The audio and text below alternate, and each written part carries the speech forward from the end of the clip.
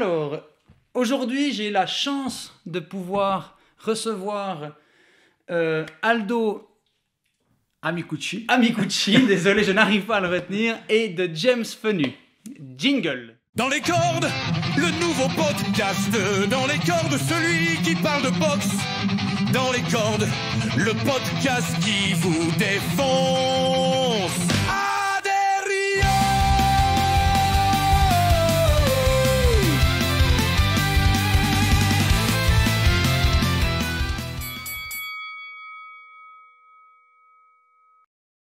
Alors, Aldo et James, bienvenue chez moi à Bovresse. Ça fait un bout pour vous, je pense, et en l'honneur de ces championnats suisses romandes de boxe. Mais là, nous, on n'est pas pour parler de boxe de Suisse romande tout de suite, en l'occurrence des championnats, mais plus de votre parcours et de votre philosophie en termes de boxe, depuis que vous avez commencé la boxe jusqu'à maintenant. Je vais vous demander de vous présenter assez rapidement. Le thème d'aujourd'hui, c'est la boxe d'avant et d'aujourd'hui, de hier et aujourd'hui. Et ça m'intéresse beaucoup parce que, Aldo, toi, tu as connu la boxe d'avant. Je suis plutôt un ancien. Merci. Je ne vais pas le dire comme ça. Je ne savais pas comment le tourner. Merci. Mais que tu as traversé en fait toutes ces périodes avec James et tu as la chance de pouvoir continuer en fait avec James, puisque James est revenu aux entraînements et est devenu entraîneur. Donc en fait, vous voyez vraiment l'évolution, que ce soit en méthode d'entraînement, en méthode de boxe. Est-ce que vraiment ça change ou pas? Donc je vais vous demander de vous présenter l'un après l'autre, raconter un peu vite fait votre parcours de boxe, quel a été votre déclencheur pour commencer et rentrer dans ce monde-là, votre parcours en tant que boxeur et en tant qu'entraîneur. Aldo, à toi la parole. Voilà. Alors, je me représente une fois, Aldo Amicucci. J'ai commencé la boxe à 18 ans. L'envie de faire de la boxe, c'était, comme beaucoup, je pense, c'était les premiers combats de nuit, regarder avec ton papa, les Mohamed Ali, Joe Frazier, etc. C'était ça l'envie. Après, comme souvent les papas italiens qui sont assez... voilà, quand j'ai voulu, moi, faire de la boxe, il était tout de suite un petit peu moins chaud, comme on dit. C'est pour ça que j'ai pu commencer assez tard, qu'à 18 ans, quand j'ai eu la voiture pour pouvoir m'échapper à Yverdon pour aller faire de la boxe. Alors voilà, j'ai commencé la boxe à Yverdon, au club Yverdon de boxe, donc je ne suis jamais parti. J'ai fait une quarantaine de combats amateurs. Et puis ensuite, j'ai arrêté ma carrière de boxeur amateur à 29 ans, quand ma fille est née, en fait, qui me donnait un petit peu moins de possibilités de m'entraîner. Et j'ai décidé, comme notre entraîneur arrivait un petit peu sur l'âge, je dirais, j'ai décidé de faire mon diplôme d'entraîneur. Voilà. Et s'en est suivi toute l'aventure que je pense qu'on a continué à développer tout à l'heure. Génial. Je vais revenir vers toi tout à l'heure pour parler justement de ce parcours que tu as été boxeur et après entraîneur. Il y a beaucoup de questions qui me viennent à la tête. Pour toi, James, ça t'arrive à faire à peu près la même chose que Aldo, à te présenter? Oui, je me présente, James Fenu. Donc, moi, je suis venu à la boxe par le biais des sports pieds-points, parce que j'étais pas très bon au niveau des points. Puis je suis venu, on m'a conseillé de venir au club de boxe Yverdon pour parfaire mes techniques de boxe. Et puis j'y suis allé et je suis jamais reparti. Et plutôt un bon choix. Ouais, c'était un bon choix. Et puis c'est vrai qu'il y avait une bonne équipe, une bonne ambiance, bons entraîneurs, tout. Et puis là, après, j'ai fait mes combats amateurs. J'ai une cinquantaine de combats amateurs. On a fait pas mal d'international. C'était très intéressant. C'était chouette expérience. Après, on a décidé de passer professionnel. Puis là, j'ai fait mes 25 combats. Donc, je suis resté toujours fidèle à mon entraîneur, avec Aldo, puis au club Yverdon de boxe. Ah ouais, c'est ce qui m'intéresse le plus. Tu parles de fidélité, d'entraîneur.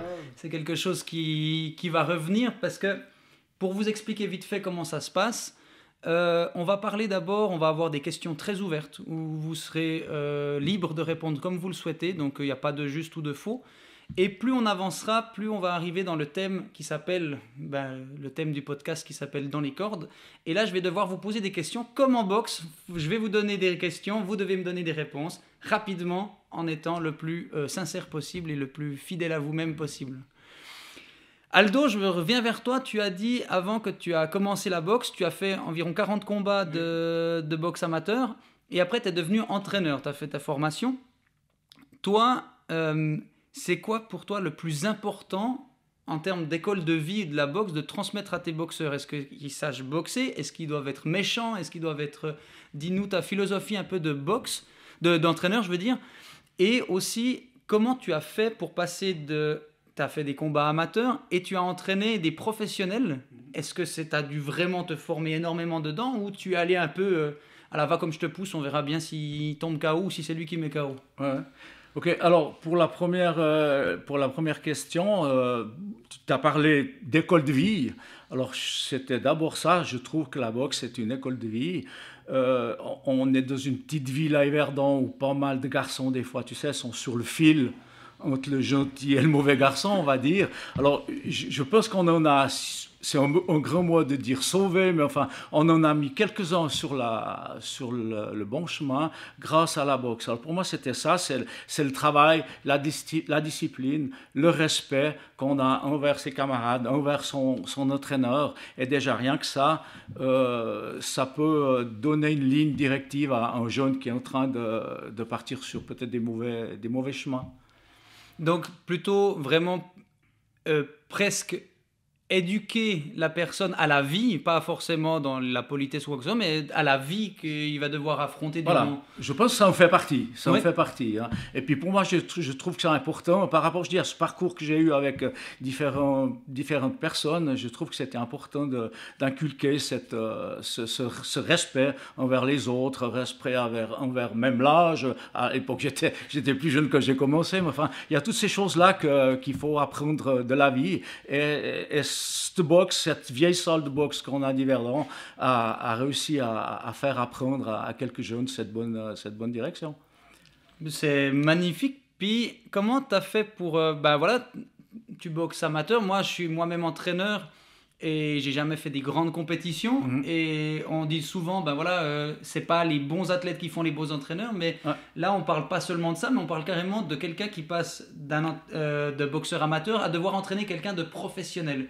Comment tu arrives, comment toi tu as fait pour te mettre à la page et comment tu aurais fait si tu devais recommencer à ce niveau-là? Ouais. Alors c'est vrai qu'il n'y a pas de cours pour être un meilleur entraîneur amateur ou pour être un meilleur entraîneur pro. On a appris, comme on le dit, sur le tas. Voilà. J'ai appris à être entraîneur pro en même temps que James a appris son métier de boxeur professionnel, tout en restant, je reparle de notre vieille salle d'Yverdon, tout en restant là et j'ai appris sur le tas. Et c'est vrai qu'à l'époque, il n'y avait encore pas tous ces tutos, ces YouTube pour apprendre. Les jeunes, maintenant, la boxe, c'est pas mal développé. Grâce, justement, il y a des mouvements qu'on n'aurait même pas, qu'on connaissait pas, imaginer. Voilà. Grâce à ces tutos, justement. Alors, ces tutos, on les avait pas. Et puis, on a fait avec les armes qu'on avait.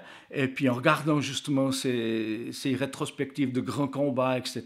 Et puis, apprendre en travaillant, en fait. Voilà. On est là, on fait l'école, tu sais comment c'est quand on fait l'école, et puis il y a un mouvement qui nous vient, le boxeur dit écoute, moi je me sens mieux quand je pars ici. Voilà, c'est ça mon apprentissage. Il n'y a pas de miracle, on a appris sur le tas. Comme on dit, si on veut boxer, la meilleure façon de savoir boxer, c'est boxer. Voilà. Tout en restant dans notre simplicité. Voilà. On ne va pas aller apprendre des choses qu'on ne sait pas. D'accord. D'abord, on essaye d'apprendre ce qu'on sait et puis d'apprendre un petit peu des autres en regardant un petit peu à gauche, à droite. Voilà. C'est comme ça que j'ai fait. C'est vraiment intéressant et important ce que tu viens de dire. On n'enseigne pas ce qu'on ne sait pas. Voilà. Et ça, c'est ma philosophie pure. Si je ne sais pas, je préfère orienter un athlète plutôt que d'enseigner quelque chose de faux. Et toi, James... Parce que le rythme avant, je remarque, même quand moi je m'entraînais avec les entraîneurs, il y avait beaucoup moins ce rythme très effréné de devoir savoir tout. Maintenant avec les téléphones, on est toujours mis sur le qui-vive, on doit toujours être formé, on doit toujours être attentif. Toi qui vis dans ce monde-là maintenant en tant qu'entraîneur, avec le soutien d'Aldo, mais comment tu le vis ça? Est-ce que tu arrives à te concentrer en te disant « Attends, quand moi je boxais c'était comme ça, maintenant on va faire comme ça » ou plutôt tu es plutôt du genre à l'autre extrême de dire « Ah, tu suis tout ce qui se passe sur Instagram ou sur Facebook ou n'importe pour réussir à te mettre à jour? Ou comment tu gères, toi? Ouais, moi, j'essaye de me mettre à jour constamment. Donc déjà, si le boxeur, il veut essayer de travailler une technique, comme il disait Aldo avant, avec les pattes d'ours, ben, on essaye. On essaye la technique qu'il a vue, on en discute. Et puis, moi, je suis ouvert à tout. Donc, c'est vrai que si on peut... on apprend l'école qu'on est bien à l'aise avec, et ça va très bien. Mais après, c'est aussi notre boulot aussi de se développer, puis voir un peu ce qui se passe ailleurs, et puis de rester, d'essayer de mettre en application ces nouvelles techniques. Mais c'est vrai que c'est pas évident, on est beaucoup plus à l'aise avec ce qu'on connaît. Donc voilà, ça reste quand même notre technique de boxe à Yverdon, elle reste un peu toujours la même. Hein. Donc on peut reconnaître les boxeurs que moi j'étais, que nos boxeurs actuellement, ils boxent à peu près la même manière. Donc voilà, quoi. Donc les fondamentaux restent les fondamentaux. Oui. Après, ça change pas. c'est clair qu'on part quand même, on essaye de voir un peu ailleurs comment ça se passe et trouver ces nouvelles techniques. C'est vrai que les jeunes, ils aiment bien, il y a certaines techniques qu'ils aiment bien faire parce que ça fait bien et tout ça. Mais au niveau efficacité, la base, je veux dire, on reste sur toujours les mêmes bases. Donc. Puis du coup, Aldo, est-ce que tu penses que c'était plus facile d'entraîner avant ou c'est plus facile maintenant ou tu vas répondre comme tous les autres entraîneurs du monde, c'est différent? Non, c'est pas que c'est différent, je pense que c'est les jeunes qui ont changé, justement. Par rapport à ce qu'on disait avant, ces trucs qu'on voit sur Instagram, sur tout ça, tout ce qui peut aider. Donc, il y a des jeunes qui arrivent avec des idées, donc j'entraîne plus maintenant, hein, mais ce que je peux voir, des jeunes qui arrivent avec des idées un petit peu préconçues, et puis qui te poussent, eux, dans une direction tu dis, ben là, je suis un petit peu, je sais plus assez, quoi, c'est plus assez. Tandis qu'à l'époque, j'en avais pas ce problème. Je reviens à dire qu'on apprenait ce qu'on savait, et puis en essayant de s'élargir un peu. Mais maintenant, je pense que c'est le boxeur arrive avec déjà presque des bases en ayant regardé ces films, on voit ça souvent sur Instagram, ou ces gars qui montent des coups. Là. Le gars, il arrive déjà avec un certain bagage, on va dire, un certain bagage. Oui, c'est vrai que c'est plus...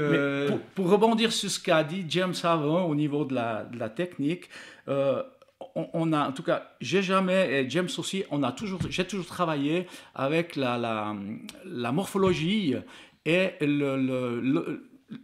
ce que vous voulez, j'ai jamais essayé de vouloir faire boxer un gars comme on boxe à Yverdon. Voilà. Ouais. J'ai toujours travaillé avec sa morphologie et sa façon de boxer à lui. Et sur ces bases-là, on va un peu plus loin. On n'a pas forcément un type de dire, ben, celui-là, il vient d'ici, celui-là, il boxe ici, celui-là, il boxe à Lausanne, celui-là, il boxe à la Chaux-de-Fonds. Voilà, on essaye de boxer avec les caractéristiques du boxeur, sans le former proprement qu'il ait une boxe d'école d'Yverdon. Exactement, voilà. Ouais. En parlant un peu plus personnellement, on va dire, c'est une question un peu aux deux, vous pouvez répondre l'un après l'autre si vous le souhaitez. Comment on fait pour devenir professionnel? On part amateur et on devient professionnel. Est-ce que tu as parlé de films avant, que les jeunes regardent les films? Voilà, on a tous été bercés par les films de Rocky. Alors déjà de un, est-ce que les films de Rocky sont vrais? Est-ce que pour vous, quand vous regardez Rocky, vous dites « Oh là je me revois à 200% » ou alors « Non, c'est vraiment que du cinéma ». Et puis est-ce que c'est comme ça que ça se passe? Est-ce que c'est vraiment... Comme dans les films de Rocky, c'est un acharnement d'entraînement pendant tant de temps et après il y a le combat, puis après voilà, ça s'estompe. Ou non, en fait, c'est plus un travail en continu ou comme ça. Votre expérience à vous, hein, je dis. Ouais, alors je dirais l'histoire de Rocky est belle dans le sens qu'on on part de rien. C'est vrai que la boxe, la chance elle est pour tout le monde. Hein. Sur un coup, un combat il peut changer. La seule chose des Rocky, c'est les combats proprement dit. C'est un petit peu exagéré. Là, on arrive dans un truc que voilà, il y a plus, t'as plus de tête quoi. Hein. On est d'accord. Mais sur la philosophie du gars qui part de rien et puis qui arrive à faire une carrière, ben voilà, c'est tout à fait ça. Et nous, on s'y retrouve en plus parce que voilà, on est dans ce milieu, on n'a pas de moquette à la salle, on est vraiment dans un vieux truc qu'on se revoit dans ces films de Rocky. C'est vrai, on peut s'y retrouver. Surtout ma génération. Moi, j'avais justement 17-18 ans quand les premiers Rocky sont sortis. Et toi, James, tu te revois dedans? Comment t'es passé d'amateur à pro? Ça a été une longue discussion ou sur un coup de tête ou plutôt après une victoire en amateur que tu es devenu professionnel?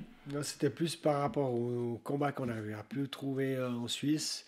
Et puis que chaque fois qu'on est parti à l'étranger, ça devenait compliqué. Et puis il y avait une porte qui s'ouvrait au niveau professionnel. On avait déjà un boxeur professionnel à Yverdon et qui a lui déjà ouvert cette porte. Et puis on a continué l'aventure comme ça. Donc.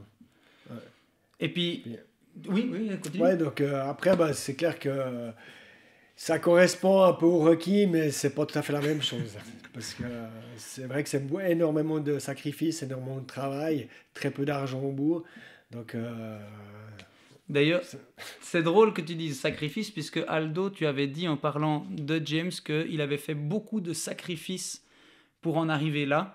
Pour être voilà, avec les titres que tu as eus durant ta carrière. C'est le mot qui revient tout le temps quand je parle à des entraîneurs de boxe, c'est sacrifice. Sacrifice, sacrifice, sacrifice, c'est toujours le même mot qui revient. On le voit d'une mauvaise image, le mot sacrifice, parce qu'on a toujours l'impression que sacrifice, ça en vaut pas la peine, alors que non, il y a Léa Sprunger, que vous avez déjà peut-être entendu parler de cet athlète. Elle avait dit, pour moi, c'est pas un sacrifice parce que c'est ce que j'aime. Et moi, c'est plutôt de rebondir sur ce mot. Sacrifice, est-ce que vous le voyez comme un sacrifice ou est-ce que vous le voyez plutôt comme une opportunité de vie, puisqu'on sait que la boxe est très très mal notée dans le monde du sport. On ramasse des coups, on a cette image de la boxe violente, alors que non, on est témoin que non, on peut très bien être une personne saine et droite dans la vie en faisant de la boxe. Donc, pour vous, c'est quoi la boxe exactement? Est-ce que le mot sacrifice, ça vous parle? Question large. Hein? C'est très large parce que bien sûr, pour arriver à un certain niveau, des sacrifices, tu dois faire, mais c'est vrai que ça ne doit pas, je ne le prends pas au sens de sacrifice, comme tu dis, de perdre ton temps avec ça, quoi. C'est vraiment quelque chose pour arriver à faire quelque chose. Donc c'est pas vraiment un sacrifice au sens que tu l'as dit avant, de sacrifice qu'on est en train de tout perdre à cause de ça. C'est pas ça. C'est surtout pour gagner. C'est pas pour perdre. Hein. C'est une corde de plus à ton arc. C'est pas un sacrifice qui va te mettre au fond du trou, quoi. C'est quelque chose vraiment pour aller plus loin. Mais c'est un sacrifice sain, je dirais. D'accord. Joli. Hein? Mais c'est un sacrifice aussi par rapport, tu dois faire des concessions, donc au niveau, parce que financièrement, tu n'arrives pas à tourner, donc tu dois t'entraîner comme un professionnel et tu dois lier tout ça, donc vie de famille, vie privée, tout ça, c'est assez compliqué, quoi, de tout pour arriver à faire un combat, quoi. C'est quoi ta philosophie d'entraîneur? Pas forcément de boxe, mais d'entraîneur. Quelle est ta philosophie d'entraîneur? Bon, on l'a dit un petit peu au début par rapport à comment l'école de vie. À l'école de vie, etc. Et pour moi, c'est un peu ça. C'est aussi un grand esprit de camaraderie. On a remarqué ça quand on a repris, parce qu'on est resté un petit moment quand James a fini sa carrière de boxeur, et tous mes boxeurs plus ou moins en même temps. On a décidé de remettre le club à d'autres, hein, qui sont restés un petit peu statiques pendant quelques dizaines d'années. Et puis on s'est aperçu qu'il n'y avait pas cet esprit de camaraderie. Bien que ça soit un sport, comment on dit, un sport individuel, voilà. Si tu n'as pas ce collectif et ce plaisir d'aller à la salle et de respecter, d'être ami avec tes copains. James a mis au point, on loue une grande salle de gym de temps en temps pour changer, pour diversifier les entraînements, pour faire des jeux, en fait, jouer au basket, jouer à la balle assise, jouer à ce que tu veux, pour changer un peu, pour mettre un état d'esprit de camaraderie dans le club. Et je pense que ça, c'est très important. Donc, comme tu dis, si on enlève un petit peu l'aspect technique de la boxe où tu dois apprendre ton école, il y a cet aspect-là de camaraderie qu'il faut développer. Et grâce à ça, je pense qu'on peut aller un peu plus loin. Les boxeurs se soutiennent entre eux, ce qui n'était pas le cas quand on a repris le club. Ils ne se connaissaient quasiment pas. Hein. Maintenant, grâce à ces entraînements, ce sont devenus des amis qui se suivent les uns les autres, qui s'appellent, etc. Et je crois que c'est très important. Ça, j'ai remarqué aussi de mon côté. Et toi, James, j'ai une question. Oui. Voilà, oui, c'est très formel. Voilà, tu as gagné des titres, tu étais connu. Moi-même, j'ai pu lire plein d'articles sur toi quand moi je boxais. Je le connaissais même pas, d'ailleurs, on s'est connus à travers voilà, un repas, dira-t-on. Et comment ça se fait que... Enfin, comment tu l'as vécu la chose? T'es passé de boxeur avec des titres et tout, puis d'un coup tu débarques, tu deviens entraîneur, les athlètes te regardent comment, les boxeurs ils se disent ah c'est James, il faut que je l'écoute, ou plutôt comment tu as vécu cette transition de boxeur à entraîneur? Alors, ce qu'il y a, c'est qu'il y en a beaucoup qui ne me connaissent pas parce que j'ai fait quand même pas mal de temps de pause.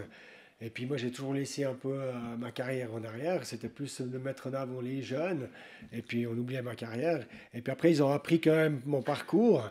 Et puis c'est vrai que je suis déjà plus crédible parce que quand je dis qu'il faut faire une certaine technique, tout ça, ils m'écoutent mieux que certaines personnes. Parce qu'ils se disent, ah bah s'il le dit, c'est peut-être parce que ça, il a raison, ça marche. Donc voilà, donc simplement. Et par contre, il y a aussi le point négatif, c'est que on a un certain vécu, donc les gens y croient qu'on sait tout. Et la boxe a changé, donc il faut aussi se remettre à la page. Donc c'est vrai que ça demande beaucoup de boulot pour se remettre à la page et de revenir avec les nouvelles techniques qu'il y a, donc au niveau des préparations physiques, par rapport à la nutrition et tout ça. Parce que maintenant ça a beaucoup changé. Avant on parlait pas de tout ça, donc c'était vraiment nutrition, c'était un thé manges et des pâtes, tu manges Ouais, des pâtes, et puis c'est le tout. steak avant le Donc, combat. voilà, Voilà, c'est vrai que c'est beaucoup de boulot. Donc, mais, La boxe a comme ça changé pour vous trouvez? Il y a toujours ces 6 coups de base, hein, deux directs, deux crochets, deux uppercuts, la boxe elle est là. Mais après je vois dans les déplacements, dans ouais, il y a beaucoup de techniques qui ont quand même pas mal évolué et qui ont été prises un petit peu à ces boxeurs américains, cubains, etc., qu'on ne savait pas avant parce qu'on n'avait pas ce qu'on parlait avant, les téléphones et puis tout ça pour aller piquer un petit peu ces idées et ces façons de faire. Alors maintenant, grâce à ça, techniquement, ça a un petit peu évolué, ouais, à mon avis. Oui, ils sont nettement meilleurs techniquement que nous on l'était.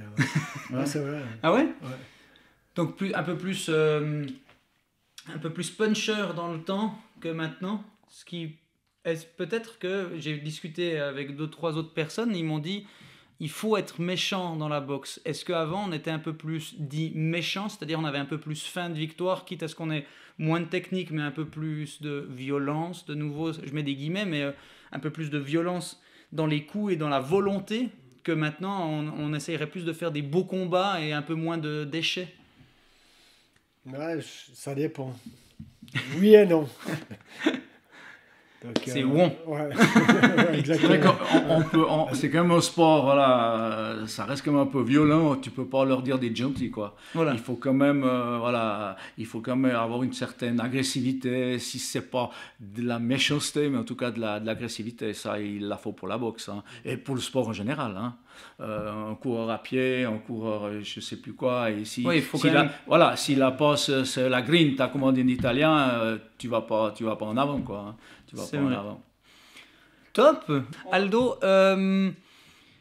dis-nous un peu ton parcours avec James, ton parcours quand tu l'as entraîné, la première fois que tu l'as emmené sur le ring en tant que professionnel. T'avais déjà, de ce que j'ai compris, tu avais déjà d'autres professionnels avant. Et quand on lui a dit, il peut aller pour le titre, est-ce que c'était une euphorie ou c'était normal, ou comment c'était pour toi ce parcours avec James? Voilà, ça a été une suite logique. Quand on a commencé ça, c'était vraiment, on s'est dit, c'était une aventure, une continuité, hein.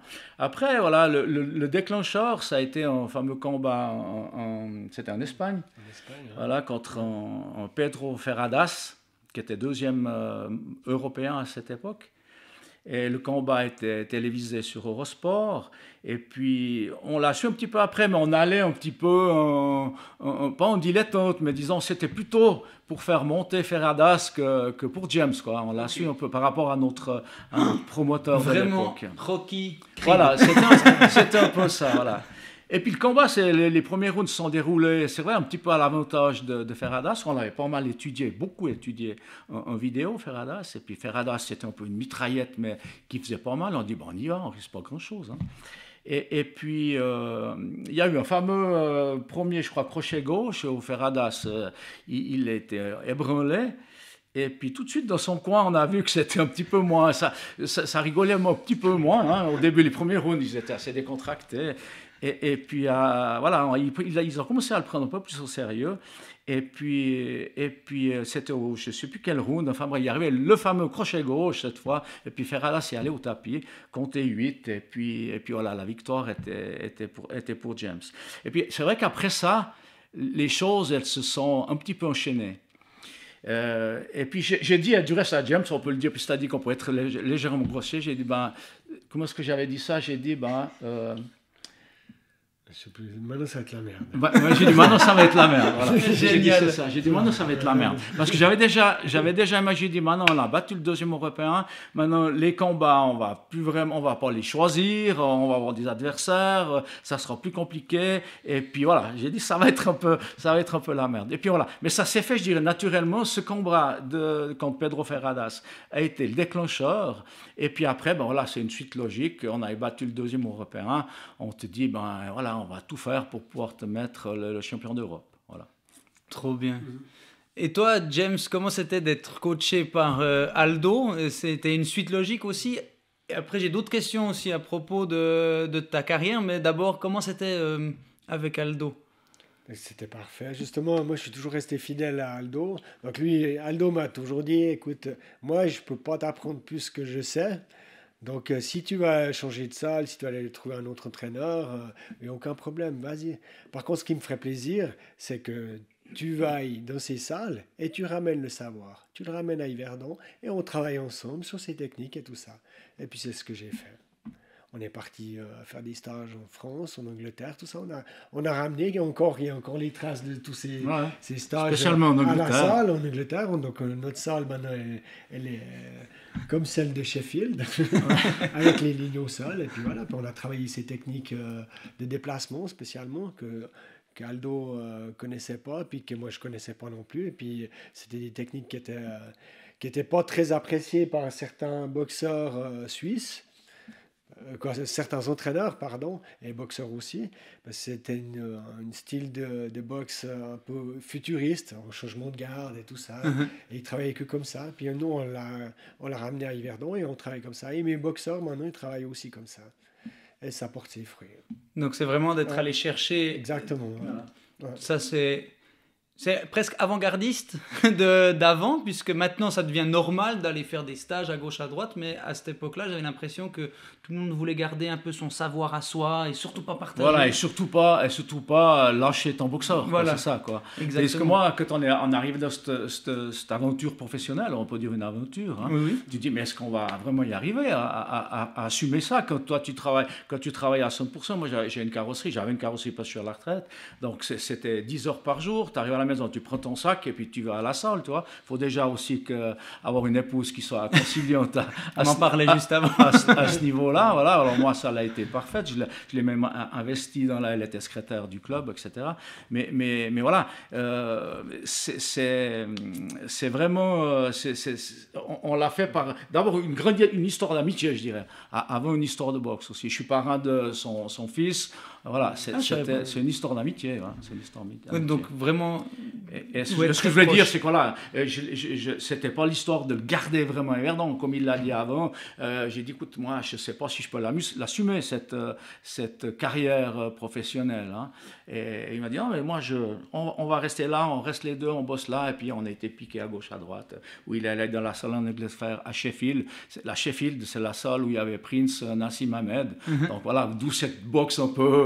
si tu connais le personnage, d'où cette boxe un petit peu spéciale, quoi. Qu'il n'a pas, disons, il n'a pas pris toutes les qualités ou les défauts de Prince Nassim Ahmed. Mais enfin voilà, on a pu piquer quelque chose à gauche à droite.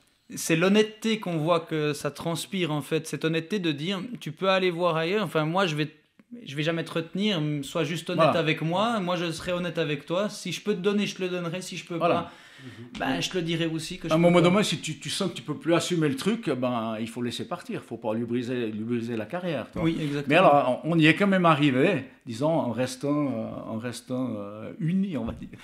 C'est magnifique. C'est une belle histoire. Le combat qui parlait juste avant, comment toi tu l'as vécu? Lui, il l'a vécu depuis le coin du ring, toi tu l'as vécu sur le ring et c'est toi qui as donné les coups. Comment tu l'as appréhendé quand tu es arrivé dessus? Tu te dis, voilà, c'est le deuxième d'Europe, il va falloir que je me batte à fond, ou tu te dis, bon, bah, de toute façon, quoi que je fasse, ça va rien changer.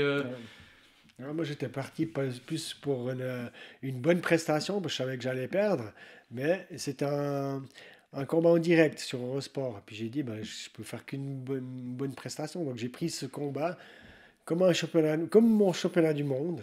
Je me suis préparé comme un malade pour ce jour-là.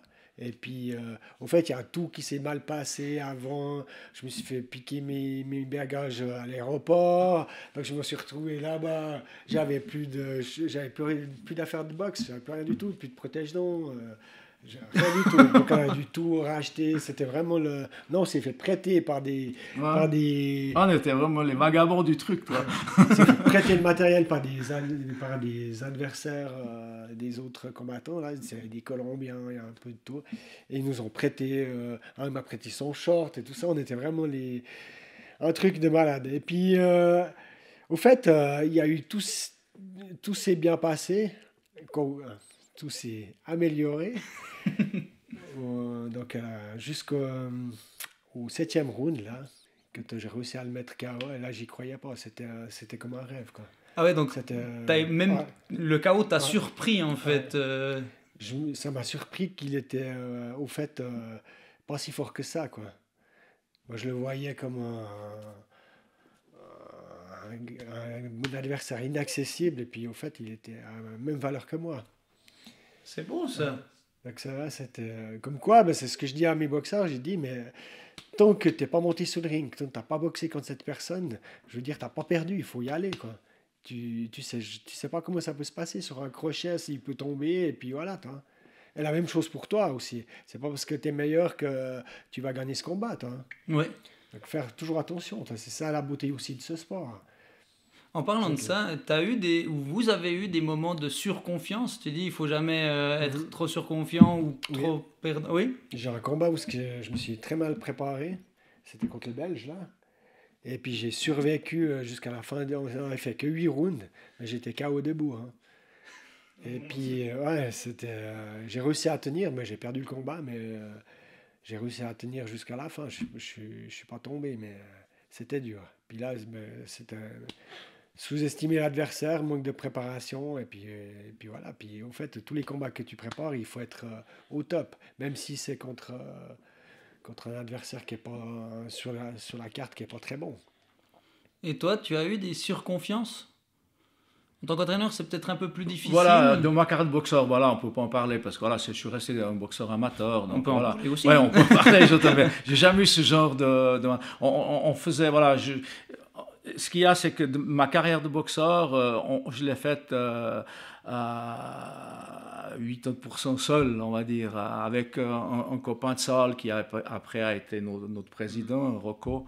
On est toujours resté aussi très liés, mais notre entraîneur, voilà, c'était un petit peu nous-mêmes, quoi. Donc voilà, je peux pas que j'ai pas eu cette surconfiance et ni en tant qu'entraîneur pour James, j'ai toujours pensé qu'il fallait justement jamais sous-estimer qui que ce soit. Peut-être l'autre extrême, peut-être une sous-confiance de vouloir toujours en faire plus ou pas du tout? Non, c'est jamais, disons, surentraîné parce qu'on avait peur de... je pense pas, non. Non, ça a toujours été... Même ça, on a fait, par rapport à nos moyens, on a fait pas mal juste, quoi. On a fait pas mal juste, ouais. C'est beau. J'ai 10 000 questions qui me passent à la tête. Malheureusement, on ne va pas pouvoir toutes les poser, mais 2-3 questions un peu plus ciblées cette fois, où je vais poser... là, c'était des questions ouvertes et tout. Maintenant, je vais poser des questions un peu plus ciblées. Il faut que je mette le deuxième jingle. Ding, ding, ding. Voilà. Aldo, pour toi, si tu devais donner une anecdote sur James, ça serait laquelle? Alors, c'est pas sur James, mais je reviendrai sur ce combat de Ferradas où quand le gars est tombé sur le ring, c'est sur James quand même, quand le gars est tombé, Ferradas, j'ai fait presque l'erreur de ma vie, on va dire, parce que j'étais tellement fougueux, je suis monté les 2-3 escaliers du ring, puis mon linge, il est tombé sur le ring. Et puis, je me suis dit, mon gars, je l'ai juste pu le choper comme ça. J'ai dit, les gars, si les Espagnols, ils avaient vu ça, parce que dans le Ferrari, la situation, ils sautaient sur le truc. Hein, ils disaient, ah ben non, on s'en fout si le gars, il a été compté, il se relève. J'ai mon linge qui est tombé sur le ring. J'ai vite tiré mon linge, et puis voilà, personne n'a vu. Et puis voilà, c'est un peu ça mon anecdote que j'aurais, qui me revient maintenant, quoi. Qui me revient maintenant. Tu lui en aurais voulu? Non, c'était un peu la grosse bêtise. Ouais. La boulette, comme on dit. Ouais. C'est beau cette amitié que vous avez les deux, parce qu'on voit vraiment que ça a été dans les galères comme dans les réussites que vous êtes soudés. Une anecdote, toi, en boxe, sur un combat ou un entraînement où vraiment tu t'es dit, que ça soit envers Aldo, mais par exemple, parce que vous êtes là et c'est vraiment ça qui, moi, m'intéresse, c'est cet aspect. C'est pour ça que je suis très heureux de vous avoir les deux, parce que vous avez été tous les rôles. Vous avez été boxeur, entraîneur professionnel et maintenant boxeur professionnel et maintenant entraîneur, et en plus tu vas passer aussi entraîneur professionnel. Vous avez passé par tous les rôles, donc vous savez exactement ce que l'autre vit, et surtout toi maintenant tu sais ce que il a vécu. Donc une anecdote vraiment où tu t'es dit, ouais, Aldo, c'est bon, je vais, s'il me dit maintenant saute du 10e étage, je vais sauter parce que j'ai confiance en lui. Je te demande pas. Lui, déjà, Aldo, il m'a dit, il faudrait que tu fasses entraîneur, tout ça, reprends tout. Puis moi, j'ai dit, mais non, mais de toute façon, moi, entraîneur, ça m'intéresse surtout pas. Jamais je ferai entraîneur, parce que j'ai jamais, déjà, c'est énormément de sacrifices, et puis, je veux dire, moi, j'ai ma vie, puis j'ai pas le temps pour ça, puis j'ai pas la passion, puis j'ai d'autres trucs actuellement, et puis je peux, en tout cas, pas faire entraîneur. Et puis tu en plein dedans. Ouais, c'est vrai, il m'avait dit jamais je pourrais faire ce que tu as fait pour moi. Et puis maintenant, il est en train de le faire pour nos boxeurs d'hiver. Quoi. Et puis maintenant, ce qu'il y a, c'est que quand j'entraîne, j'ai toujours j'entraîne comme Aldo m'entraînait. Ah ouais. J'entraînais comme Aldo m'entraîne, c'est-à-dire que c'est énormément de sacrifices. Je veux dire, et puis tu fais ça pour les boxeurs, tu les amènes à gauche, à droite, et puis tu essayes de faire le maximum pour eux, toi. Et puis, je veux dire, c'est exactement ce qu'il a fait pour moi. Puis quand tu t'investis pour une personne, la personne, elle le ressent, toi. Et puis, elle se donne 2 fois plus. En tout cas, c'est ce que je pense, toi. Donc tu es dans cette philosophie-là. Et puis une anecdote envers Aldo que tu te dirais... là, comme il a raconté, lui il a raconté une anecdote où c'est lui qui a fait presque une erreur. Mais... Alors, vers Aldo, il n'y a rien qui me vient vraiment à l'esprit, mais il y avait juste, c'est plus une image de ce combat, mais c'était un combat magique. C'était quand Aldo, il est arrivé vers moi, donc j'arrive dans le coin, et puis il se présente devant moi, puis il était grand comme ça, puis on voyait juste son crâne tout lisse. Puis c'était à l'époque de l'équipe de France. Barthez. C'était champion du monde. Et puis j'ai pris le premier truc que j'ai fait. J'ai embrassé le front comme Barthez. Magnifique. Mais sinon, d'anecdote, j'ai pas de. Ça ne me vient rien. Elle est superbe. Elle est superbe. C'est génial. J'adore ton plus beau combat. Si tu avais l'occasion de retourner en arrière et tu dirais j'aimerais revivre ça, tu le referais. Mais c'est celui-là. C'est celui-là. C'est celui-là avec un des tout beaux combats. Vous avez encore des images de ce combat? Je pense que oui. Faudrait que tu me les envoies. Je pense que oui, mais à l'époque, c'était les cassettes, tu sais. Les VHS. Les cassettes, ouais, c'était les cassettes. Parce que je les recherchais, et puis on a aménagé différemment. Puis j'ai vu que j'avais au Galta un machin de cassette. Pour ceux qui ne savent pas ce que c'est qu'un Galta. Voilà. Et j'ai vu, elle doit être là. Alors, je vais regarder cette cachette VHS, il faut que je la retrouve, mais je suis sûr que je l'ai, et puis en faire un DVD, on dit. Oui. Voilà, un DVD. Je confonds toujours CD et DVD. Un DVD, et que ça soit un peu plus net, mais je dois l'avoir. Hein. Alors, je suis preneur. Ouais, alors, on regardera ça. Ouais. C'est super. Et toi, le plus beau combat ou le plus gros défi que tu as amené, où tu as amené James? Alors, le plus gros défi, c'était le championnat d'Europe contre Boris Sinitsyn, qui était vraiment une classe, on va dire, mondiale. Hein. Il était 6 fois champion d'Europe. Là, on partait, tu vas pas le dire au boxeur, mais on partait quand même un petit peu moins confiant, bien qu'on s'était donné tous les moyens d'y arriver. On a fait une semaine de camp d'entraînement à la montagne. On s'est donné tous les moyens, mais je savais que ça serait difficile. Et ça l'a été, donc James a perdu le combat. C'était vraiment... Là, on était presque dans le mondial. Hein. Sinitine, ouais. C'était la classe mondiale, c'est le cas de dire. Hein. Et puis, c'est drôle, tu as dit, on était allé faire une semaine de camp à la montagne. Ouais. C'est un gros cliché qu'on a des entraîneurs de boxe et des entraînements de boxe, de stage où on va à la montagne. Mm-hmm. Pourquoi la montagne? Alors oui, il y a l'oxygénation, il y a tout ce genre de choses, mais j'avais entendu des tas de théories là-dessus, mais pourquoi la montagne, on va spécialement se retirer du monde pour aller là-haut? Est-ce que ça se fait toujours d'ailleurs? Alors peut-être ça se fait encore. Nous, c'était une opportunité qu'on a eue parce que c'est clair que quand on a battu ce Ferradras, tout d'un coup, il y a beaucoup de monde qui arrive. Hein. Du reste, de la télévision, on peut le dire maintenant, c'était Bertrand Dubourg qui était arrivé, il m'a téléphoné, puis James, ça fait un championnat d'Europe, tu m'as rien dit. J'ai dit, mais c'est qui? C'est toi le journaliste ou bien c'est moi?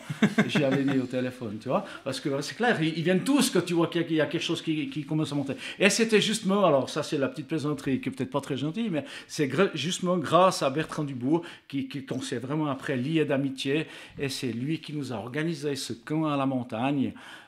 C'était avec comment il s'appelait, son ami de Vezona, qui nous a loué une chambre d'hôtel, la salle de gym à disposition. Voilà. C'était une opportunité plutôt qu'un choix de dire on va aller s'oxygéner. Voilà. Okay. Voilà. Il s'était fait du reste un film à la TSR à l'époque. James courait dans les alpages, qui croisait un gars avec sa vache. C'était un petit peu déjà, justement Bertrand Dubourg a dit c'est déjà presque du cinéma, quoi, parce que c'était un peu un petit montage qu'il croise le gars qui descendait avec ses vaches, une sirène là. Il dit bonjour, puis il passait au courant. Voilà. C'était grâce à Bertrand Dubourg qu'on a fait ce stage à la montagne. Ouais. Un vrai Rocky. Ouais, voilà. Mais ça c'est beau. Alors j'ai interviewé Bertrand Dubourg. Enfin, on va le refaire. Je vais interviewer Bertrand Dubourg, puisque votre épisode passe avant le sien.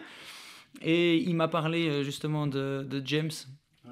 Et du coup, il aime bien parce que j'ai justement parlé de lui. Puis moi, j'ai une dernière question, malheureusement, parce que le temps file et puis il y en a encore plein d'autres thèmes à aborder. Au niveau de ta notoriété, est-ce que tu as connu ce côté où on t'arrêtait dans la rue pour signer des autographes? Et surtout, est-ce que si maintenant tu avais la même carrière que tu as eue, tu supporterais ce côté un peu plus notoriété d'avoir ce téléphone, peut-être te voir passer tout le temps sur les téléphones, sur les réseaux et tout? Alors on a eu cette notoriété, mais c'est clair que c'était pas... on m'arrêtait pas dans la rue comme ça pour signer... On a fait des séances de dédicaces, on avait fait du merchandising, c'est vrai qu'on avait tous des trucs comme ça, mais je veux dire c'était quand même assez discret, parce que nous on a toujours été un peu très discret, puis on n'allait pas chercher les sponsors, donc on était beaucoup moins exposés. Et puis c'est vrai que si maintenant ça devait le faire, je ne sais pas si j'arriverais à gérer une carrière avec Insta et tout ça, parce que... J'aime pas trop ça. Voilà. C'est top. Attends, on va partir dans le thème qui s'appelle... alors, pas tout de suite dans les cordes, mais je vais poser des questions encore plus resserrées cette fois. Si tu as un boxeur qui est trop lourd, comment tu gères la chose pour alors que ça soit combat amateur ou combat pro? Pro, c'est beaucoup plus difficile, mais tu vas comment? Tu dis, ok... voilà, on y va comme ça avec le poids que tu as, par exemple, s'il a 1 kg de trop, ou 1 kg 2 ou 1 kg 5 de trop, ou tu le forces à perdre du poids pour qu'il fasse le combat? Alors ça dépend son combat, s'il boxe dans sa catégorie, ou s'il boxe dans sa catégorie, ou bien si à cause de ce kilo en plus, ou ces 2 ou 3 kilos, on va parler de 2-3 kilos, s'il doit changer de catégorie, là c'est clair que la question elle se pose. J'ai eu refuser, on va dire, de boxer plutôt que de perdre 3 kilos en une semaine, quoi. Si tu commences à aller au sauna ou bien machin, c'est pour perdre de l'eau, pour t'épuiser, pour faire une prestation peut-être médiocre ou moyenne, plutôt s'en passer, ouais. En parlant de la boxe amateur, en boxe professionnelle, c'est un peu différent parce que tu as des contrats, des échéances, mais d'un autre côté, ton poids, il est établi, tu sais que tu dois le faire, et puis ça serait vraiment, si tu boxes avec quelqu'un de sérieux, tu ne vas pas arriver avec 2 kilos de plus sur la balance le jour de ton combat pro, donc le problème, il ne se pose même pas. Il se pose plutôt en amateur, alors je dis, ne pas faire le combat à 3 kilos. Moi, je dis 3 kilos de différence, c'est le maximum qu'on peut accepter. Ou 3, parce qu'après, sinon, c'est trop violent. Voilà, après, tu es surclassé par rien que la pression de l'adversaire. Hein. Surtout dans les petites catégories. C'est que là, plus la catégorie est lourde, moins les kilos sont importants. Exactement, hein. oui. Mais dans les petites catégories, il faut faire très attention. Hein. Et toi, James, tu as à peu près la même philosophie? Le problème qu'il y a, c'est que quand tu fais des sèches trop importantes, tu perds beaucoup d'eau. Puis l'eau, c'est quand même la protection du corps humain, donc au niveau du cerveau. Donc, pour moi, c'est pas une bonne solution, quoi. Le boxeur, il doit se préparer, il doit être au poids, c'est tout. C'est un choix qu'on fait avec le boxeur, un choix de catégorie, et il doit respecter. S'il n'arrive pas, on change de catégorie, c'est tout. D'accord. Parfait. Ouais. Parfait. Maintenant, on va arriver dans le thème qui s'appelle « Dans les cordes ». Alors, dans les cordes, vous verrez, ça va pas être des questions pièges, ne vous inquiétez pas. Je dois juste prendre l'ordi parce que sinon, je suis pas vieux, enfin je crois, mais je vois plus très bien. Non. Donc, ça va être des questions un petit peu tatillons. Hein. Je vais venir vous titiller là où des fois c'est pas très sympa, mais pas des questions pièges ou tout ce genre de choses. Donc, ne vous inquiétez pas, mais c'est des questions du genre Mike Tyson ou Mohamed Ali.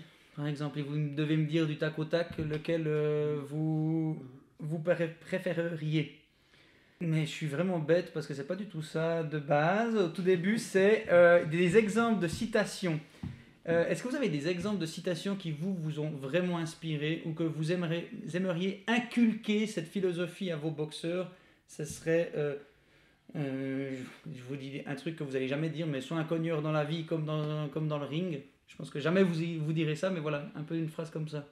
On commence par toi. Je te remercie de la question. Alors, j'ai rien qui me saute à l'esprit comme ça. Ça serait un peu bête de dire pique comme une abeille, vole comme un papillon. Donc, je pense qu'on est dépassé un petit peu ça. Non, je n'ai pas vraiment de citation, sauf que d'être dans le ring comme tu l'es dans la vie, ça veut dire juste respecter ton adversaire, quoi qu'il arrive. Le respect, c'est bien. Puis toi? Moi, il n'y a rien qui me vient à l'esprit, là. C'est plus, moi, par rapport à la persévérance, que c'est pas parce que tu perds une fois que tu as tout perdu. Toujours remettre, et puis là, avec la persévérance, tu y arrives, et puis c'est comme ça que tu arrives à faire une belle carrière. Top! Pas baisser les bras. Cette fois, on arrive. Ouais. Cette fois, on arrive dans les cordes. Du coup, Aldo, la plus belle qualité de James? Je dirais la persévérance. Persévérance. Et l'abnégation par rapport à tous les sacrifices qu'il faut faire pour y arriver. Le plus gros défaut de James? Sa gentillesse, peut-être. Ah, tu as dit avant, il ne faut pas être méchant, et maintenant tu dis il était trop gentil. Peut-être. Il était trop gentil, James, sur le ring? Ouais, tu peux pas changer du tout au tout. Si tu es gentil dans la vie, tu vas pas être une teigne sur le ring. Voilà, donc peut-être un peu trop gentil. Le plus gros défaut que toi, tu aurais voulu améliorer chez toi? Mon plus gros défaut? Ouais, d'être un peu plus peut-être. Tu parles de la boxe ou comme entraîneur? Comme entraîneur. Peut-être un peu plus. Ouais, difficile à dire. J'allais dire un peu plus agressif, malgré ça pour être mal interprété. Un peu plus droit, dur. Peut-être un peu plus dur, ouais, peut-être un peu plus dur. Peut-être trop... avec une personne comme James, ça marchait. Oui. Parce que je savais que James, si redonnait. j'étais pas là, il redonnait. Et puis surtout, si j'étais pas là, par exemple, il allait s'entraîner. Il allait continuer à aller à fond. Ça n'a pas été le cas pour d'autres boxeurs. Il y en a qui ont passé, on parlait d'un autre boxeur professionnel avant que j'ai eu, il a passé peut-être à côté d'une carrière parce que j'étais justement aussi trop gentil, on va dire. Voilà. James, c'était mieux avant ou c'est mieux maintenant? Attention, tout dépend comment tu le réponds. Ouais, ça dépend. Ouais. Ça dépend. Non, c'est la même chose avant que maintenant. Exactement la même chose. Sauf qu'on s'adapte, on est différent. Pour toi, la boxe suisse romande devrait être beaucoup plus médiatisée? Oui, oui, je pense parce que maintenant, bon, on a perdu déjà les télés, on voit de moins en moins au niveau de la télé romande, et puis surtout qu'il y a beaucoup de petites de télé locales, et puis c'est dommage que c'est pas assez visible. Et puis, C'est bien. Tu préfères cogneur ou tacticien? tacticien. Tacticien. Tout en cognant. Tout en Parce que cognant. justement, c'est ce que je dis à mes jeunes, c'est que tu peux pas avoir que la technique. Tu dois avoir la grinta, tu dois savoir cogner aussi. Donc tu dois pas tout le temps cogner. Tu dois pouvoir bien jouer ton adversaire, le surprendre et puis taper sec au bon moment. C'est ça la boxe. La plus grosse erreur qu'un boxeur peut faire. Un jeune boxeur qui débarque à la salle, la plus grosse erreur que toi tu dis, oula, ça c'est droit ce qu'il faut pas faire pour un boxeur. Ça pas forcément technique ou combat, hein, mais ça peut être dans la vie en général. Quelle erreur on voit vraiment quand un boxeur fait qu'il faudrait pas qu'il fasse? Si vous avez une réponse à l'un ou l'autre. Ouais, alors je dirais, justement, je reviendrai à cet esprit de camaraderie. Il faut arriver à se mettre dans le groupe. T'es pas là, je veux être boxeur, puis rester dans ton coin, et puis penser qu'à toi. Tu dois partager ce que tu sais, partager ce que tu sais pas peut-être, mais disons pas rester dans ton coin. Il faut se lier avec, il faut se mettre dans l'équipe. Voilà, il faut se mettre dans l'équipe. Alors quelqu'un qui reste dans ton coin, alors on va aller le chercher, hein, mais il faut qu'il réponde à cette demande d'aller le chercher. Hein. Et puis toi, pour toi, la plus grosse erreur qu'un boxeur peut faire? C'est de sous-estimer, je pense, et de se surestimer. Ouais, Ouais. c'est d'être dans un juste, de savoir sa valeur, mais exactement, je vais te poser la question parce que je la pose à tout le monde celle-là. Mohamed Ali ou Mike Tyson? Mohamed Ali. Et s'il devait combattre, qui gagne? Mohamed Ali. Toi, Mohamed Ali ou Mike Tyson? Ali aussi. Ali, Ouais. les deux, ils gagnent, tu penses? Alors, ouais, je pense Ali, il gagnerait, je pense. Donc les deux au fleurant de leur Oui, carrière. oui, on est oui, d'accord, bien hein. sûr. Parce que maintenant, ça serait un peu facile de savoir qui gagne. Ouais. Un club roman à suivre absolument en ce moment? Le club Yverdon de boxe. Merci, moi Je ne sais pas le dire. Il n'osait pas être prétentieux. On arrive gentiment au bout. Je demanderai encore à James la plus grande qualité d'Aldo. Ben, c'est cette analyse qu'il a. Donc, il arrive au niveau social, je veux dire, il arrive à modifier son comportement. Je ne sais pas comment dire. Il s'adapte. Il s'adapte, mais il voit la personne. En fait, je ne sais pas comment dire. La plus belle qualité que tu trouverais chez un boxeur? Qu'un boxeur pourrait avoir. Il y a un jeune qui arrive à la salle et tu dis waouh, cette qualité-là, c'est sûr et certain, je vais pouvoir travailler avec. Donc, qualité au niveau technique de boxe ou de comportement, tout ça. Peu importe, toutes tout. les qualités mélangées. Bah, c'est un boxeur qui est déjà humble et puis il a l'explosivité. Le plus gros défaut d'Aldo? Il n'y a pas de défaut. Oh, Ah, c'est ça, bon. c'est beau. Non, je sais pas. Ouais, des fois, il est un peu tête en l'air. Ouais. Ouais, ça c'est l'âge, hein. J'étais pas comme ça avant. Ça c'est l'âge. Il perd ses clés. Oui, alors maintenant c'est clair. Ouais. Le meilleur entraîneur entre vous deux, c'est qui? Ah, James. Ah, ouais, c'est... Oh, Non, James, il va beaucoup plus loin dans ce qu'on parlait avant, dans la technique. Je vois des coups, des déplacements avec le coup kick derrière. J'avais pas j'ai pas eu cet apprentissage et j'avais rien pour me l'apprendre. Voilà. Donc, je pense qu'il va plus loin dans cette direction-là. Hein. Si vous deviez changer quelque chose dans la fédération suisse de boxe, sans vouloir vous mettre à dos quelqu'un, c'est simplement si vous pouviez changer, envoyer un message maintenant à la fédération, puis dire voilà, j'aimerais bien que ça fasse, c'est ça qu'il faut qu'on change à la boxe suisse romande ou la boxe suisse tout court, parce que vraiment on est en arrière des autres pays sur certains domaines, hein, on va pas se le cacher.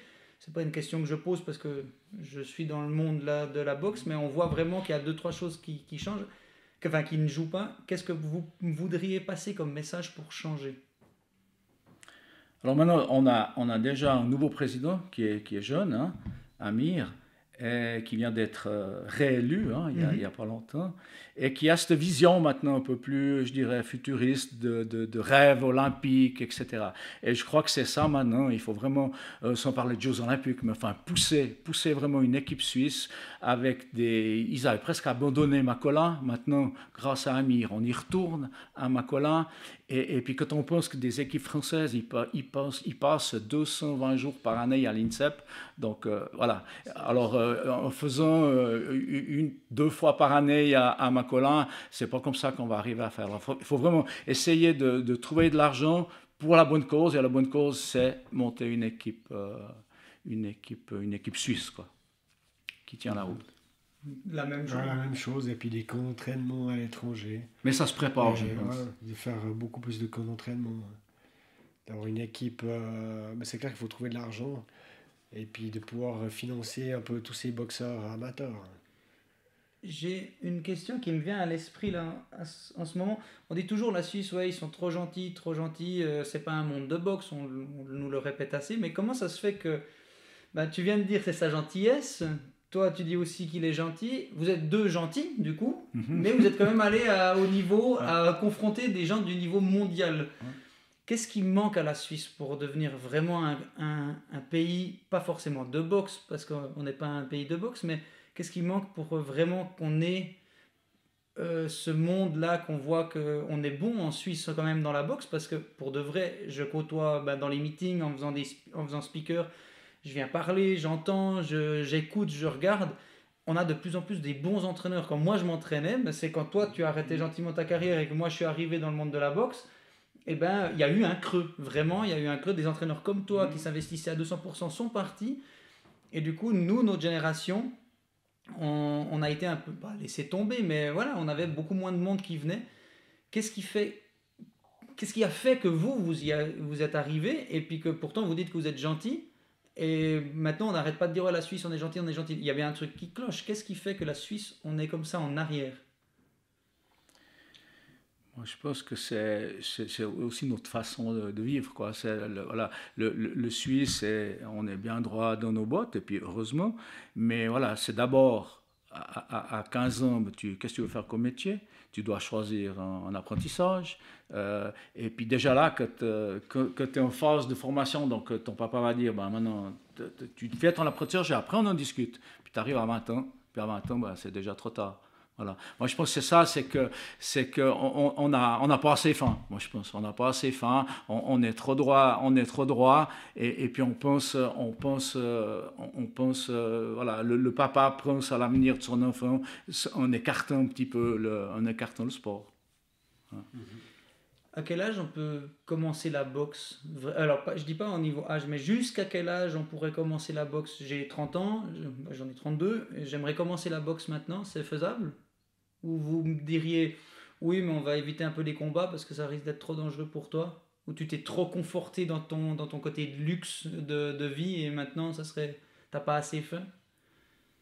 Non, je Ça pense. dépend des personnes. Ouais, ça. voilà. Mais je pense qu'à 30 ans, tu peux Toi, faire... tu es un bon exemple, je pense que tu pourrais en faire encore quelques combats, et puis d'autres pas, parce que voilà, il faut une certaine quand même préparation, une philosophie du sport, je dirais, une philosophie du sport, au-delà de ton âge. Hein. Une toute dernière anecdote avant de terminer, que vous aimeriez partager, transmettre?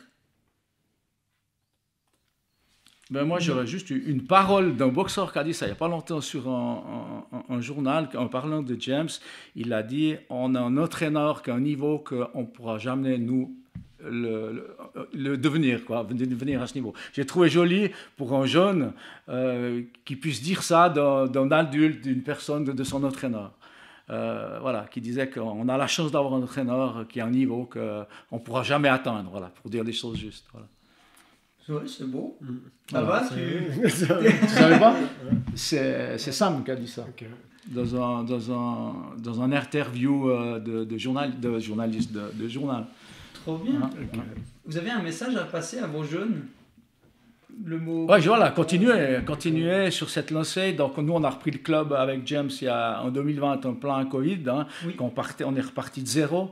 Il n'y avait plus de boxeurs à Everdon, on ne parlait plus de nous, alors qu'on l'avait laissé le club ici, on l'a repris là. Et puis voilà, en 4 ans, si on enlève, enfin 2 ans, si on enlève les 2 ans du Covid, hein, voilà, on a 5 boxeurs licenciés, 2 champions romans, un champion suisse junior 2 fois. Donc voilà, on est reparti de zéro et puis on commence à monter. Donc je dis à ces jeunes, continuez, faites confiance à James. Et puis moi, je fais ce que je peux pour essayer de présider au mieux tenir la barre. ce club. De tenir la barque. Voilà. Écoutez, je vous remercie infiniment, Aldo, James, d'être venus. Vraiment, j'ai eu beaucoup de plaisir avec vous. C'est dommage que le temps passe si vite. On est déjà à 1 heure de podcast. Je le rappelle, le 13 septembre 2025, vous faites votre gala de boxe. Oui. Donc, venez nombreux. Et, comment dire... c'est un speaker magnifique à nouveau. J'allais le dire, tu m'as enlevé les mots de la bouche. C'est très prétentieux de ma part. C'est pour ça que c'était mieux si c'était moi qui le disais. Alors on le refait. Alors, le 13 septembre 2025, il y a un gala de boxe à Yverdon. Votre gala qui est maintenant annuel, hein, on va le dire, puisque c'est la deuxième On année. peut le dire, c'est la deuxième consécutive. Hein. Et du coup, on sera présent, donc soyez présents. Avec aussi. un speaker d'ontologie, notre ami David, qui va, comme à notre premier gala de l'année dernière, qui a officié comme un speaker, et tout le monde en était ravi. Merci beaucoup. En tout cas, moi, j'ai énormément de plaisir. Je vous souhaite que le meilleur à vous, à vos boxeurs. C'est vraiment magnifique de voir cette passion, cette amitié en fait qui vous a soudé, qui vous a fait en sorte que maintenant vous soyez toujours liés en fait par ce biais. Et je trouve ça superbe. Que le meilleur pour vous. Et le podcast à suivre, ça s'appelle Dans les cordes avec la voix du ring. Et c'était ce 2e épisode. Merci beaucoup. À bientôt. Au revoir. Merci à toi. Yo, Merci à toi. prépare-toi. Ici on parle boxe, vrai local engagé.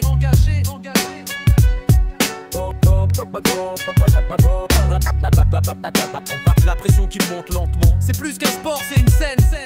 Des gants, des rêves, des rounds, des chaînes. C'est le feu des rings suisses, des légendes qui montent. Et moi je les reçois au micro, là où la passion compte. Coup de gong. Prépare-toi à entrer dans le ring. Interviews exclusives, parcours inspirant. Bienvenue dans les cordes, c'est l'heure du show avec la voix du ring. James Venu, Aldo, François et tous ceux qui frappent fort. Bienvenue dans le show, là où parle sport. Comme Rocky, on tient jusqu'au gong. Pousse-toi, je suis fort comme King Kong. Tu l'as compris, c'est l'heure du sparring. Et je vous emmène tous sur le ring. Moi c'est la voix du ring. Depuis Fribourg et tous les boxing clubs d'ici à là-bas, y a des coachs qui forgent des guerriers au combat. Du Léman en passant par le Valais dans les gyms de quartier. Du sang, du cœur dans les sacs déchirés. À Nyon on tape dur, technique et respect. À Neuchâtel on forme des projets concrets. Des crochets à gauche, des droites qui font trembler. Le style est suisse mais les rêves sont mondialisés. Les vestiaires sentent le cuir, le défi le vrai. Pas de triche ici, juste des rounds et la paix. Ils montent sur le ring pour écrire leur récit. Et moi je leur donne la voix dans chaque épisode ici. Gauche, gauche, droite, gauche, crochet, uppercut. Moi c'est la voix du ring. La voix du ring.